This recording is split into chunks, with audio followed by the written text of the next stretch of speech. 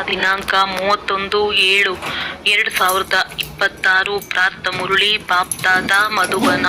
ಮಧುರ ಮಕ್ಕಳೇ, ಮಕ್ಕಳು ದೊಡ್ಡವರಾದರೆ ನನ್ನ ಸೇವೆ ಮಾಡುವರು ಎಂಬ ಲಾಲಸೆಯೂ ಸಹ ಶಿವ ತಂದೆಗೆ ಇಲ್ಲ. ಅವರೆಂದೂ ವೃದ್ಧರಾಗುವುದಿಲ್ಲ. ತಂದೆಯೇ ನಿಷ್ಕಾಮ ಸೇವಾದಾರಿಯಾಗಿದ್ದಾರೆ. ಪ್ರಶ್ನೆ: ಭೋಲಾನಾಥ ಶಿವ ತಂದೆಯು ನಾವೆಲ್ಲ ಮಕ್ಕಳ ಬಹಳ ದೊಡ್ಡ ಗ್ರಾಹಕನಾಗಿದ್ದಾರೆ, ಹೇಗೆ? ಉತ್ತರ: ತಂದೆಯು ಹೇಳುತ್ತಾರೆ, ನಾನು ಇಷ್ಟು ಬೋಲ ಗ್ರಾಹಕನಾಗಿದ್ದೇನೆ. ನಿಮ್ಮ ಎಲ್ಲ ಹಳೆಯ ವಸ್ತುಗಳನ್ನು ಖರೀದಿ ಮಾಡುತ್ತೇನೆ ಮತ್ತು ಅದಕ್ಕೆ ಬದಲಾಗಿ ಎಲ್ಲ ಹೊಸ ಹೊಸ ವಸ್ತುಗಳನ್ನು ಕೊಡುತ್ತೇನೆ. ಬಾಬಾ, ಈ ತನು, ಮನ, ಧನ ಎಲ್ಲವೂ ತಮ್ಮದಾಗಿದೆ ಎಂದು ನೀವು ಹೇಳುತ್ತೀರಿ. ಅದಕ್ಕೆ ಪ್ರತಿಫಲವಾಗಿ ನಿಮಗೆ ಸುಂದರ ಶರೀರವೂ ಸಿಗುತ್ತದೆ, ಅಪಾರ ಧನವು ಪ್ರಾಪ್ತಿಯಾಗುತ್ತದೆ. ಗೀತೆ ಭೋಲಾನಾಥನಿಗಿಂತ ಭಿನ್ನ. ಓಂ ಶಾಂತಿ. ಭಕ್ತಿ ಮಾರ್ಗದಲ್ಲಿ ಈ ಗೀತೆಗಳನ್ನು ಹಾಡುತ್ತಾರೆ. ಯಾವುದೆಲ್ಲ ಗೀತೆಗಳಿವೆಯೋ ಅವೆಲ್ಲವೂ ಭಕ್ತಿ ಮಾರ್ಗದ್ದಾಗಿದೆ. ಅದರ ಅರ್ಥವನ್ನು ತಂದೆಯು ತಿಳಿಸುತ್ತಾರೆ. ಯಾರಿಗೆ ಭೋಲಾನಾಥನೆಂದು ಹೇಳಲಾಗುತ್ತದೆ ಎಂಬುದನ್ನು ಮಕ್ಕಳು ಸಹ ತಿಳಿದುಕೊಳ್ಳುತ್ತೀರಿ. ದೇವತೆಗಳಿಗೆ ಭೋಲಾನಾಥನೆಂದು ಹೇಳುವುದಿಲ್ಲ. ಸುಧಾಮನ ಇಡೀ ಅವಲಕ್ಕಿಗೆ ಬದಲಾಗಿ ಮೆಹಲು ಸಿಕ್ಕಿತೆಂದು ಗಾಯನವಿದೆ. ಅದು ಎಷ್ಟು ಸಮಯಕ್ಕಾಗಿ? 21 ಜನ್ಮಗಳಿಗಾಗಿ. ಈಗ ಮಕ್ಕಳು ತಿಳಿದುಕೊಳ್ಳುತ್ತೀರಿ. ತಂದೆಯು ಬಂದು ಭಾರತವಾಸಿಗಳಿಗೆ ವಜ್ರ ವೈಡೂರ್ಯಗಳ ಮೆಹಲನ್ನು ಕೊಡುತ್ತಾರೆ. ಅಂದ ಮೇಲೆ ಯಾವುದಕ್ಕೆ ಬದಲಾಗಿ ಕೊಡುತ್ತಾರೆ? ಬಾಬಾ, ಈ ತನು, ಮನ, ಧನವೆಲ್ಲವೂ ನಿಮ್ಮದೇ ಆಗಿದೆ, ತಾವೇ ಕೊಟ್ಟಿರುವುದಾಗಿದೆ ಎಂದು ಮಕ್ಕಳು ಹೇಳುತ್ತಾರೆ. ಮಗುವಾದಾಗಲೂ ಭಗವಂತನು ಕೊಟ್ಟರೆಂದು ಹೇಳುತ್ತಾರೆ. ಹಣವನ್ನು ಭಗವಂತ ಕೊಟ್ಟನೆಂದು ಹೇಳುತ್ತಾರೆ. ಹೇಳುವವರು ಯಾರು? ಆತ್ಮ ಭಗವಂತ, ಅರ್ಥಾತ್ ತಂದೆಯು ಕೊಟ್ಟರು. ತಂದೆಯು ತಿಳಿಸುತ್ತಾರೆ, ನೀವೀಗ ಎಲ್ಲವನ್ನು ಕೊಡಬೇಕಾಗುವುದು. ಅದಕ್ಕೆ ಪ್ರತಿಯಾಗಿ ನಾನು ನಿಮಗೆ ಬಹಳ ಸುಂದರ ಶರೀರವನ್ನು ವರ್ಗಾವಣೆ ಮಾಡುತ್ತೇನೆ, ಅಪಾರ ಧನವನ್ನು ಕೊಡುತ್ತೇನೆ. ಆದರೆ ಯಾರಿಗೆ ಕೊಡುತ್ತಾರೆ? ಅವಶ್ಯವಾಗಿ ಮಕ್ಕಳಿಗೆ ಕೊಡುತ್ತಾರೆ. ಲೌಕಿಕ ತಂದೆಯಿಂದ ಅಲ್ಪ ಕಾಲಕ್ಕಾಗಿ ಧನ ಸಿಗುತ್ತದೆ. ಬೇಅದ್ದಿನ ತಂದೆಯು ನಮಗೆ ಬೇಅದ್ದಿನ ಆಸ್ತಿಯನ್ನು ಕೊಡುತ್ತಾರೆ. ತಂದೆಯು ತಿಳಿಸುತ್ತಾರೆ, ಜ್ಞಾನ ಮತ್ತು ಭಕ್ತಿಯಲ್ಲಿ ರಾತ್ರಿ ಹಗಲಿನ ಅಂತರವಿದೆ. ಭಕ್ತಿಯಲ್ಲಿ ಅಲ್ಪ ಕಾಲಕ್ಕಾಗಿ ಸಿಗುತ್ತದೆ. ಹಣವಿದ್ದರೆ ಸುಖವಿರುತ್ತದೆ, ಹಣವಿಲ್ಲದಿದ್ದರೆ ಮನುಷ್ಯರು ಎಷ್ಟೊಂದು ದುಃಖಿಯಾಗುತ್ತಾರೆ. ತಂದೆಯು ನಮಗೆ ಅಪಾರ ಧನವನ್ನು ಕೊಡುತ್ತಾರೆಂದು ಮಕ್ಕಳಿಗೆ ತಿಳಿದಿದೆ. ಆದ್ದರಿಂದ ಖುಷಿಯಾಗುತ್ತದೆ. ಸುಖಧಾಮದಲ್ಲಿ ಸುಖದ ಯಾವುದೇ ಕೊರತೆ ಇರುವುದಿಲ್ಲ. ಪ್ರತಿಯೊಬ್ಬರಿಗೆ ತಮ್ಮ ತಮ್ಮ ರಾಜಧಾನಿ ಇರುತ್ತದೆ. ಅದಕ್ಕೆ ಪವಿತ್ರ ಗೃಹಸ್ಥಾಶ್ರಮವೆಂದು ಹೇಳಲಾಗುತ್ತದೆ. ಅಂದಾಗ ತಂದೆಯು ಎಷ್ಟು ಮುಗ್ಧನಾಗಿದ್ದಾರೆ, ಏನನ್ನು ಕೊಡುತ್ತಾರೆ ಮತ್ತು ಏನನ್ನು ತೆಗೆದುಕೊಳ್ಳುತ್ತಾರೆ. ತಂದೆಯು ಎಷ್ಟು ಒಳ್ಳೆಯ ಗ್ರಾಹಕನಾಗಿದ್ದಾರೆ. ವಾಸ್ತವದಲ್ಲಿ ತಂದೆಯು ಮಕ್ಕಳ ಗ್ರಾಹಕನೇ ಆಗುತ್ತಾರೆ. ಮಗು ಜನಿಸಿತೆಂದರೆ ಸಂಪತ್ತೆಲ್ಲವೂ ಮಗುವಿನದ್ದಾಗುತ್ತದೆ. ಆದರೆ ಅವರು ಹದ್ದಿನ ಗ್ರಾಹಕರಾಗಿರುತ್ತಾರೆ. ಇವರು ಬೇಹದ್ದಿನ ಭೋಲಾನಾಥನಾಗಿದ್ದಾರೆ, ಬೇಹದ್ದಿನ ಮಕ್ಕಳ ಗ್ರಾಹಕನಾಗಿದ್ದಾರೆ. ತಂದೆಯು ಹೇಳುತ್ತಾರೆ, ನಾನು ಪರಮಧಾಮದಿಂದ ಬಂದಿದ್ದೇನೆ. ಹಳೆಯದೆಲ್ಲವನ್ನೂ ನಿಮ್ಮಿಂದ ತೆಗೆದುಕೊಂಡು ಹೊಸ ಪ್ರಪಂಚದಲ್ಲಿ ನಿಮಗೆ ಎಲ್ಲವನ್ನೂ ಕೊಡುತ್ತೇನೆ. ಆದ್ದರಿಂದ ತಂದೆಗೆ ದಾತನೆಂದು ಹೇಳಲಾಗುತ್ತದೆ. ಇವರಂತಹ ದಾತನು ಮತ್ಯಾರೂ ಇಲ್ಲ. ನಿಷ್ಕಾಮ ಸೇವೆ ಮಾಡುತ್ತಾರೆ. ತಂದೆಯು ಹೇಳುತ್ತಾರೆ, ನಾನು ನಿಷ್ಕಾಮಿಯಾಗಿದ್ದೇನೆ, ನನಗೆ ಯಾವುದೇ ಲಾಲಸೆ ಇಲ್ಲ. ವೃದ್ಧ ತಂದೆಯ ಸಂಭಾಲನೆ ಮಾಡುವುದು ಮಕ್ಕಳ ಕೆಲಸವಾಗಿದೆ. ಏಕೆಂದರೆ ನಾನು ನಿಮ್ಮ ಸಂಭಾಲನೆ ಮಾಡಿದ್ದೇನೆಂದು ತಂದೆಯು ನಿಮಗೆ ಹೇಳುವುದಿಲ್ಲ. ತಂದೆಯು ವೃದ್ಧನಾದಾಗ ಮಕ್ಕಳು ಅವರನ್ನು ಸಂಭಾಲನೆ ಮಾಡುವುದು ಕಾಯಿದೆ ಇರುತ್ತದೆ. ಆದರೆ ಈ ತಂದೆಯಂತೂ ಎಂದೂ ವೃದ್ಧನಾಗುವುದಿಲ್ಲ, ಸದಾ ಯುವಕನಾಗಿರುತ್ತಾನೆ. ಆತ್ಮವೆಂದು ವೃದ್ಧಾಪ್ಯವನ್ನು ಹೊಂದುವುದಿಲ್ಲ. ಇದನ್ನಂತೂ ತಿಳಿದುಕೊಂಡಿದ್ದೀರಿ. ಲೌಕಿಕ ತಂದೆಯು ಮಕ್ಕಳಲ್ಲಿ ಭರವಸೆಯನ್ನು ಇಡುತ್ತಾರೆ. ನಾನು ವೃದ್ಧನಾದಾಗ ಮಕ್ಕಳು ನನ್ನ ಸೇವೆ ಮಾಡುವರು ಎಂದು. ಬಲೆ ಎಲ್ಲವನ್ನೂ ಮಕ್ಕಳಿಗೆ ಕೊಡುತ್ತಾರೆ, ಆದರೂ ಸಹ ಸೇವೆಯಂತೂ ಇರುತ್ತದೆ. ಈ ಶಿವ ತಂದೆಯು ಹೇಳುತ್ತಾರೆ, ನಾನು ಅಭೋಕ್ತನಾಗಿದ್ದೇನೆ. ನಾನೆಂದೂ ಏನನ್ನೂ ಸ್ವೀಕರಿಸುವುದಿಲ್ಲ. ಕೇವಲ ಮಕ್ಕಳಿಗೆ ಜ್ಞಾನವನ್ನು ಕೊಡುವುದಕ್ಕಾಗಿಯೇ ನಾನು ಬರುತ್ತೇನೆ. ಪರಮಾತ್ಮನು ಆತ್ಮರಿಗೆ ತಿಳಿಸುತ್ತಾರೆ. ಆತ್ಮವೇ ಕೇಳುತ್ತದೆ. ಪ್ರತಿಯೊಂದು ಮಾತನ್ನು ಆತ್ಮವೇ ಮಾತನಾಡುತ್ತದೆ. ಆತ್ಮವೇ ಸಂಸ್ಕಾರವನ್ನು ತೆಗೆದುಕೊಂಡು ಹೋಗುತ್ತದೆ. ಅದರ ಆಧಾರದ ಮೇಲೆ ಶರೀರವೂ ಸಿಗುತ್ತದೆ. ಇಲ್ಲಿ ಮನುಷ್ಯರದ್ದು ಅನೇಕ ಮತಗಳಿವೆ. ಆತ್ಮವೇ ಪರಮಾತ್ಮ. ಅದಕ್ಕೆ ಯಾವುದೇ ಲೇಪಚೇಪ ಅಂಟುವುದಿಲ್ಲವೆಂದು ಕೆಲವರು ಹೇಳುತ್ತಾರೆ. ಆತ್ಮವನ್ನು ನಿರ್ಲೇಪವೆಂದು ಹೇಳಿಬಿಡುತ್ತಾರೆ. ಒಂದು ವೇಳೆ ಆತ್ಮವು ನಿರ್ಲೇಪವಾಗಿದ್ದರೆ ಪಾಪಾತ್ಮ ಪುಣ್ಯಾತ್ಮ ಎಂದು ಏಕೆ ಹೇಳುತ್ತಾರೆ? ಆ ರೀತಿ ಇದ್ದಿದ್ದರೆ ಪಾಪ ಶರೀರ ಪುಣ್ಯ ಶರೀರವೆಂದು ಹೇಳಬೇಕಾಗಿತ್ತು. ನೀವೀಗ ತಿಳಿದುಕೊಂಡಿದ್ದೀರಿ. ಎಲ್ಲ ಆತ್ಮರ ಆತ್ಮಿಕ ತಂದೆಯು ನವಾತ್ಮರಿಗೆ ಈ ಶರೀರದ ಮೂಲಕ ಓದಿಸುತ್ತಿದ್ದಾರೆ. ಆತ್ಮವನ್ನು ಆಹ್ವಾನ ಮಾಡುತ್ತಾರಲ್ಲವೇ? ನಮ್ಮ ತಂದೆಯ ಆತ್ಮವು ಬಂದಿತು, ಸ್ವಾದವನ್ನು ತೆಗೆದುಕೊಂಡಿತು ಎಂದು ಹೇಳುತ್ತಾರೆ. ಆತ್ಮವೇ ರುಚಿ ನೋಡುತ್ತದೆ. ತಂದೆಗೆ ಈ ರೀತಿ ಹೇಳುವುದಿಲ್ಲ. ಅವರು ಅಭೋಕ್ತನಾಗಿದ್ದಾರೆ. ಬ್ರಾಹ್ಮಣರಿಗೆ ತಿನ್ನಿಸುತ್ತಾರೆ. ಅವರಲ್ಲಿ ಆತ್ಮವೂ ಬರುತ್ತದೆ. ಬಂದು ಅವಶ್ಯವಾಗಿ ಎಲ್ಲಿಯೋ ವಿರಾಜಮಾನವಾಗುತ್ತದೆ. ಬ್ರಾಹ್ಮಣರಿಗೆ ತಿನ್ನಿಸುವುದು ಭಾರತದಲ್ಲಿ ಸಾಮಾನ್ಯ ಮಾತಾಗಿದೆ. ಆತ್ಮವನ್ನು ಕರೆಸುತ್ತಾರೆ, ಅದರೊಂದಿಗೆ ಕೇಳುತ್ತಾರೆ. ಅದರಲ್ಲಿ ಕೆಲವು ಮಾತುಗಳು ಸತ್ಯವೂ ಆಗಿರುತ್ತದೆ. ಪಿತೃಗಳಿಗೆ ತಿನ್ನಿಸುವುದು ಸಹ ಡ್ರಾಮಾದಲ್ಲಿ ನಿಗದಿಯಾಗಿದೆ. ಇದರಲ್ಲಿ ಆಶ್ಚರ್ಯವೆನಿಸಬಾರದು. ತಂದೆಯು ಸಾರ ರೂಪದಲ್ಲಿ ಡ್ರಾಮಾದ ರಹಸ್ಯವನ್ನು ತಿಳಿಸುತ್ತಾರೆ. ಡ್ರಾಮಾವನ್ನು ಅಷ್ಟು ವಿವರವಾಗಿ ತಿಳಿಸಿಕೊಡಲು ಸಾಧ್ಯವಿಲ್ಲ. ಒಂದೊಂದರ ತಿಳುವಳಿಕೆ ನೀಡುವುದರಲ್ಲಿಯೇ ಕೆಲವು ವರ್ಷಗಳು ಹಿಡಿಸುವುದು. ನೀವು ಮಕ್ಕಳಿಗೆ ಬಹಳ ಸಹಜ ಶಿಕ್ಷಣ ಸಿಗುತ್ತದೆ. ಏ ಪತಿತ ಪಾವನ ಬಂದು ನಮ್ಮನ್ನು ಪಾವನ ಮಾಡಿರಿ ಎಂದು ಆಡುತ್ತಾರೆ. ಅವರ ಹೆಸರೇ ಆಗಿದೆ ಪತಿತ ಪಾವನ. ಬ್ರಹ್ಮ ವಿಷ್ಣು ಶಂಕರನಿಗೆ ಪತಿತ ಪಾವನನೆಂದು ಹೇಳುವುದಿಲ್ಲ. ತಂದೆಗೆ ಪತಿತ ಪಾವನ ಮುಕ್ತಿದಾತನೆಂದು ಹೇಳುತ್ತಾರೆ. ದುಃಖಹರ್ತ ಸುಖಕರ್ತನೆಂದು ಹೇಳಲಾಗುತ್ತದೆ. ಅವರು ನಿರಾಕಾರನಾಗಿದ್ದಾರೆ. ಶಿವನ ಮಂದಿರದಲ್ಲಿ ಹೋಗಿ ನೋಡಿ, ಅಲ್ಲಿ ಲಿಂಗವನ್ನು ಇಟ್ಟಿರುತ್ತಾರೆ. ಅವಶ್ಯವಾಗಿ ಚೈತನ್ಯದಲ್ಲಿ ಇದ್ದರು. ಆದ್ದರಿಂದಲೇ ಪೂಜೆ ಮಾಡುತ್ತಾರಲ್ಲವೇ? ಈ ದೇವತೆಗಳು ಸಹ ಯಾವುದೋ ಸಮಯದಲ್ಲಿ ಚೈತನ್ಯದಲ್ಲಿದ್ದರು. ಆದ್ದರಿಂದಲೇ ಅವರಿಗೆ ಮಹಿಮೆ ಇದೆ. ನೆಹರು ಚೈತನ್ಯದಲ್ಲಿದ್ದರು. ಆದ್ದರಿಂದಲೇ ಅವರ ಭಾವಚಿತ್ರವನ್ನು ತೆಗೆದು ಮಹಿಮೆ ಮಾಡುತ್ತಾರೆ. ಯಾರಾದರೂ ಒಳ್ಳೆಯ ಕಾರ್ಯ ಮಾಡಿ ಹೋಗುತ್ತಾರೆಂದರೆ ಅವರ ಜಡ ಚಿತ್ರವನ್ನಿಟ್ಟು ಮಹಿಮೆ ಮಾಡುತ್ತಾರೆ. ಪವಿತ್ರರಿಗೆ ಪೂಜೆ ಮಾಡುತ್ತಾರೆ. ಯಾವುದೇ ಮನುಷ್ಯರ ಪೂಜೆ ಮಾಡುವುದಿಲ್ಲ. ವಿಕಾರದಿಂದ ಜನ್ಮ ಪಡೆಯುವವರ ಪೂಜೆಯಾಗಲು ಸಾಧ್ಯವಿಲ್ಲ.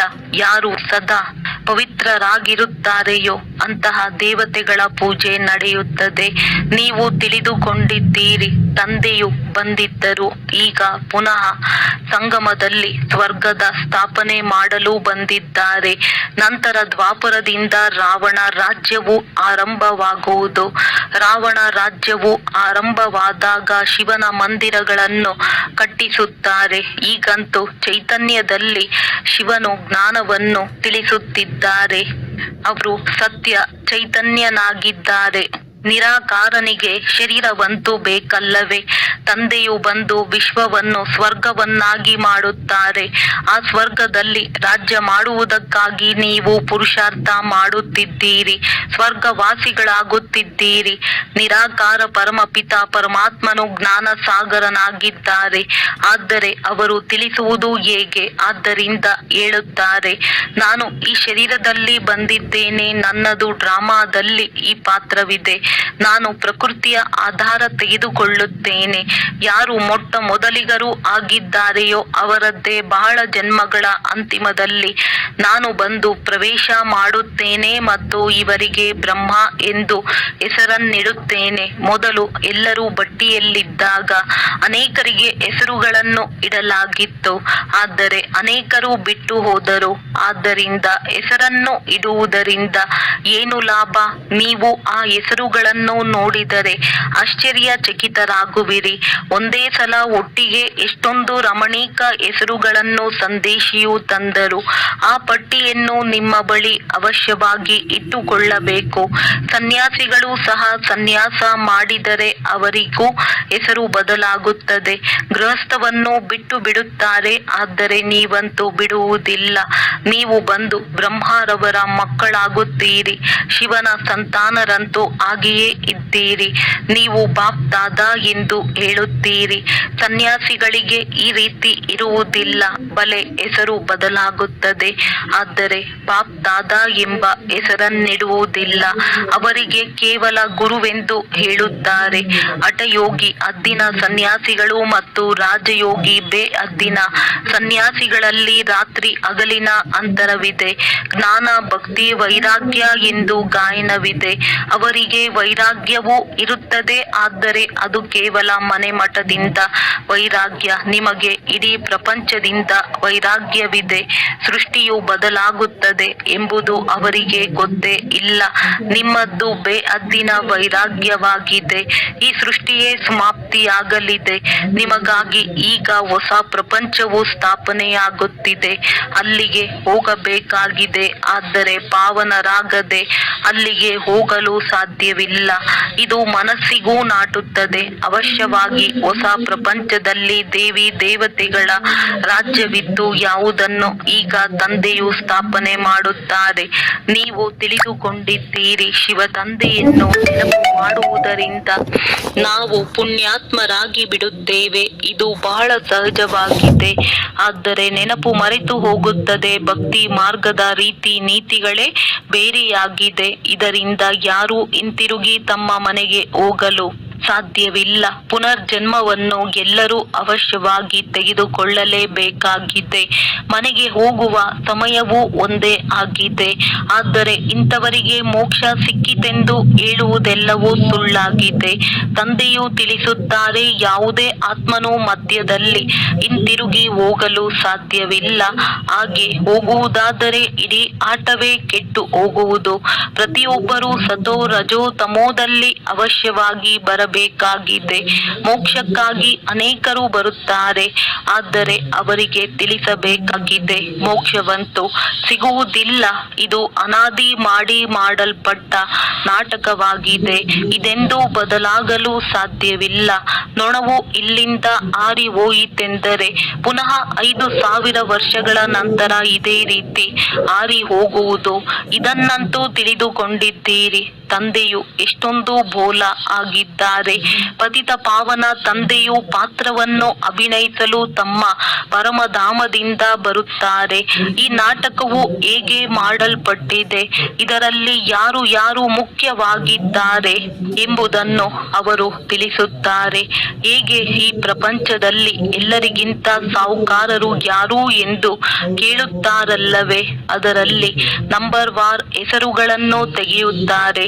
ಆದರೆ ಎಲ್ಲರಿಗಿಂತ ಸಾಹುಕಾರರು ಯಾರೆಂಬುದನ್ನು ನೀವು ತಿಳಿದುಕೊಂಡಿದ್ದೀರಿ. ಮನುಷ್ಯರು ಅಮೆರಿಕ ಸಾಹುಕಾರ ದೇಶವೆಂದು ಹೇಳುತ್ತಾರೆ, ಆದರೆ ನಿಮಗೆ ತಿಳಿದಿದೆ, ಸ್ವರ್ಗದಲ್ಲಿ ಎಲ್ಲರಿಗಿಂತ ಸಾಹುಕಾರರು ಈ ಲಕ್ಷ್ಮೀ ನಾರಾಯಣರೇ ಆಗುತ್ತಾರೆ. ನೀವು ಎಲ್ಲರಿಗಿಂತ ದೊಡ್ಡ ಸಾಹುಕಾರರಾಗಲು ಭವಿಷ್ಯಕ್ಕಾಗಿ ಪುರುಷಾರ್ಥ ಮಾಡುತ್ತೀರಿ. ಇದು ಸ್ಪರ್ಧೆಯಾಗಿದೆ. ಈ ಲಕ್ಷ್ಮೀ ನಾರಾಯಣರಂತಹ ಸಾಹುಕಾರರು ಯಾರಾದರೂ ಇದ್ದಾರೆಯೇ? ಅಲ್ಲ, ಅವಲ್ಲುದ್ದ ಅಲಾವುದ್ದೀನನ ಕಥೆಯನ್ನು ಬರೆಯುತ್ತಾರೆ. ಉಜ್ಜಿದರೆ ಸಾಕು ಕುಬೇರನ ಖಜಾನೆಯು ಹೊರ ಬಂದಿತ್ತೆಂದು ಅನೇಕ ಪ್ರಕಾರದ ನಾಟಕಗಳನ್ನು ರಚಿಸುತ್ತಾರೆ. ಈಗ ನಿಮ್ಮ ಬುದ್ಧಿಯಲ್ಲಿದೆ, ಈ ಶರೀರವನ್ನು ಬಿಟ್ಟು ಸ್ವರ್ಗದಲ್ಲಿ ಹೋಗುತ್ತೇವೆ, ನಮಗೆ ಕುಬೇರನ ಖಜಾನೆಯು ಸಿಗುವುದು. ತಂದೆಯು ಹೇಳುತ್ತಾರೆ, ನನ್ನನ್ನು ನೆನಪು ಮಾಡಿದರೆ ಮಾಯೆಯು ಓಡಿ ಹೋಗುವುದು. ತಂದೆಯನ್ನು ನೆನಪು ಮಾಡದೇ ಇದ್ದರೆ ಮಾಯೆಯು ತೊಂದರೆ ಕೊಡುತ್ತದೆ. ಬಾಬಾ ನಮಗೆ ಮಾಯೆಯ ಬಿರುಗಾಳಿಗಳು ಬಹಳ ಬರುತ್ತವೆ ಎಂದು ಹೇಳುತ್ತಾರೆ. ತಂದೆಯು ತಿಳಿಸುತ್ತಾರೆ, ಮಕ್ಕಳೇ, ಬಹಳ ಪ್ರೀತಿಯಿಂದ ತಂದೆಯನ್ನು ನೆನಪು ಮಾಡಿರಿ, ಆಗ ಬಿರುಗಾಳಿಗಳು ಶಾಂತವಾಗುವುದು. ಬಾಕಿ ನಾಟಕ ಇತ್ಯಾದಿಗಳನ್ನು ಕುಳಿತು ರಚಿಸಿದ್ದಾರೆ. ಇರುವುದೇನೂ ಇಲ್ಲ. ತಂದೆಯು ಎಷ್ಟು ಸಹಜವಾಗಿ ತಿಳಿಸುತ್ತಾರೆ, ಕೇವಲ ತಂದೆಯನ್ನು ನೆನಪು ಮಾಡಿದರೆ ನಿಮ್ಮಲ್ಲಿರುವ ತುಕ್ಕು ಬಿಟ್ಟು ಹೋಗುವುದು, ಮತ್ತೇನು ಕಷ್ಟ ಕೊಡುವುದಿಲ್ಲ. ಆತ್ಮವು ಯಾವುದು ಪವಿತ್ರ ಸತ್ಯ ಚಿಹ್ನವಾಗಿತ್ತೋ ಅದು ಈಗ ಅಸತ್ಯವಾಗಿ ಬಿಟ್ಟಿದೆ. ಮತ್ತೆ ಈ ಯೋಗಾಗ್ನಿಯಿಂದಲೇ ಸತ್ಯವಾಗುವುದು. ಬೆಂಕಿಯಲ್ಲಿ ಹಾಕದ ವಿನಃ ಚಿನ್ನವು ಪವಿತ್ರವಾಗಲು ಸಾಧ್ಯವಿಲ್ಲ.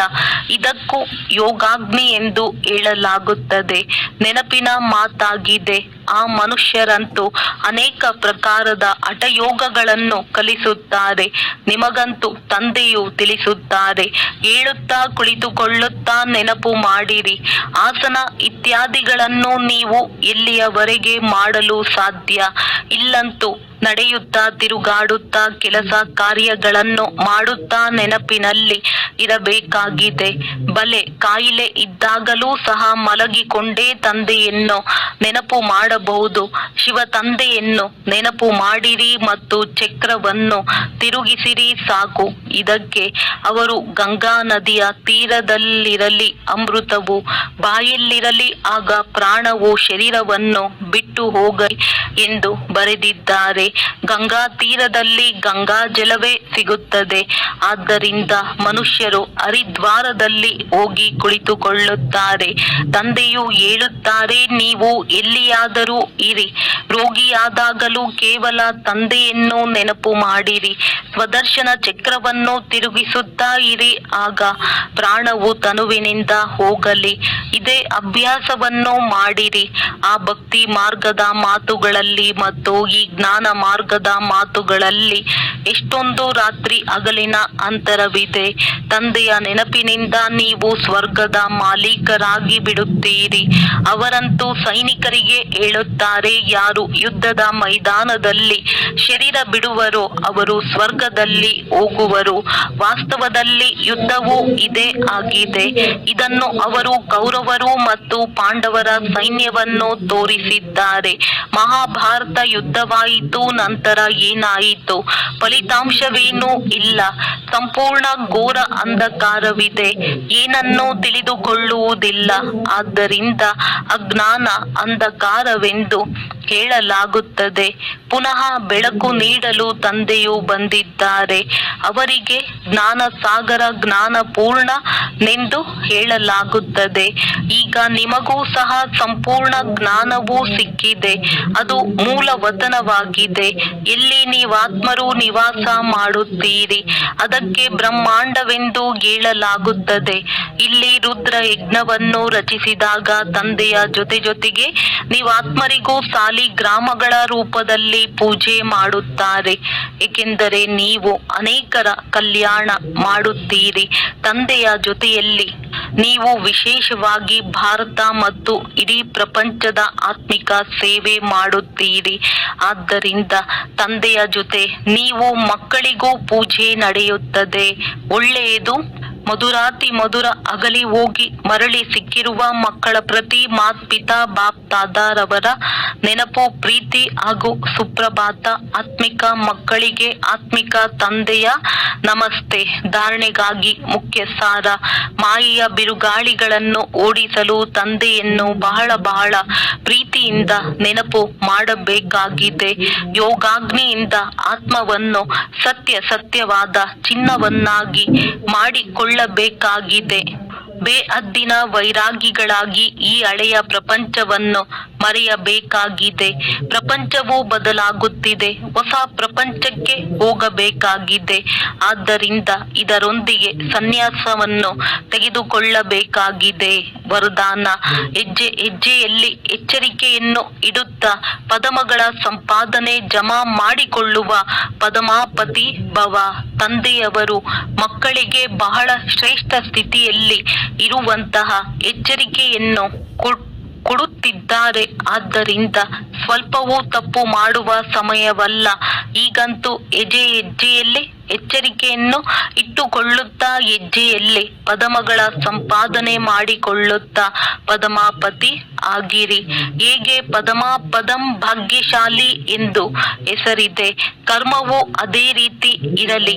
ಒಂದು ಹೆಜ್ಜೆಯೂ ಸಹ ಪದಮಗಳ ಸಂಪಾದನೆಯಾಗದೆ ಉಳಿದುಕೊಳ್ಳಬಾರದು. ಅಂದ ಮೇಲೆ ಬಹಳ ಯೋಚನೆ ಮಾಡಿ ಅದನ್ನು ತಿಳಿದುಕೊಂಡು ಪ್ರತಿ ಹೆಜ್ಜೆಯನ್ನು ಶ್ರೀಮತದನುಸಾರ ಇಡಬೇಕು. ಶ್ರೀಮತದಲ್ಲಿ ಮನ್ಮತವು ಸೇರ್ಪಡೆ ಆಗಬಾರದು. ಸ್ಲೋಗನ್: ಮನಸ್ಸನ್ನು ಆದೇಶದ ಅನುಸಾರ ನಡೆಸುತ್ತೀರೆಂದರೆ ಮನ್ಮನಾಭವದ ಸ್ಥಿತಿಯು ಸ್ವತಃವಾಗಿ ಇರುತ್ತದೆ. ಅವ್ಯಕ್ತ ಸೂಚನೆ: ಜ್ವಾಲಾ ಸ್ವರೂಪ ಸ್ಥಿತಿಯಲ್ಲಿರುತ್ತಾ ಶಕ್ತಿಶಾಲಿ ನೆನಪಿನ ಅನುಭವ ಮಾಡಿ. ನೆನಪನ್ನು ಶಕ್ತಿಶಾಲಿಯನ್ನಾಗಿ ಮಾಡಿಕೊಳ್ಳಲು ವಿಸ್ತಾರದಲ್ಲಿ ಹೋಗುತ್ತಾ ಸಾರದ ಸ್ಥಿತಿಯ ಅಭ್ಯಾಸ ಕಡಿಮೆಯಾಗಬಾರದು. ವಿಸ್ತಾರದಲ್ಲಿ ಸಾರವನ್ನು ಮರೆಯಬೇಡಿ. ತಿನ್ನಿರಿ, ಕುಡಿಯಿರಿ, ಸೇವೆಯನ್ನು ಮಾಡಿರಿ, ಆದರೆ ಭಿನ್ನತನವನ್ನು ಮರೆಯಬೇಡಿರಿ. ಸಾಧನ ಅರ್ಥಾತ್ ಶಕ್ತಿಶಾಲಿ ನೆನಪು. ನಿರಂತರ ತಂದೆಯ ಜೊತೆ ಹೃದಯದ ಸಂಬಂಧವಿರಲಿ. ಕೇವಲ ಯೋಗದಲ್ಲಿ ಕುಳಿತುಕೊಳ್ಳುವುದಕ್ಕೆ ಸಾಧನ ಎಂದು ಹೇಳಲಾಗುವುದಿಲ್ಲ. ಆದರೆ ಹೇಗೆ ಶರೀರದಿಂದ ಕುಳಿತುಕೊಳ್ಳುತ್ತೀರಿ ಹಾಗೆಯೇ ಹೃದಯ, ಮನಸ್ಸು, ಬುದ್ಧಿ ಒಬ್ಬ ತಂದೆಯ ಕಡೆ, ತಂದೆಯ ಜೊತೆ ಜೊತೆ ಕುಳಿತು ಬಿಡಲಿ. ಹೀಗೆ ಏಕಾಗ್ರತೆಯ ಜ್ವಾಲೆಯನ್ನು ಪ್ರಜ್ವಲಿತ ಮಾಡುತ್ತದೆ. ಒಳ್ಳೆಯದು. ಓಂ ಶಾಂತಿ. ಓಂ ಶಾಂತಿ.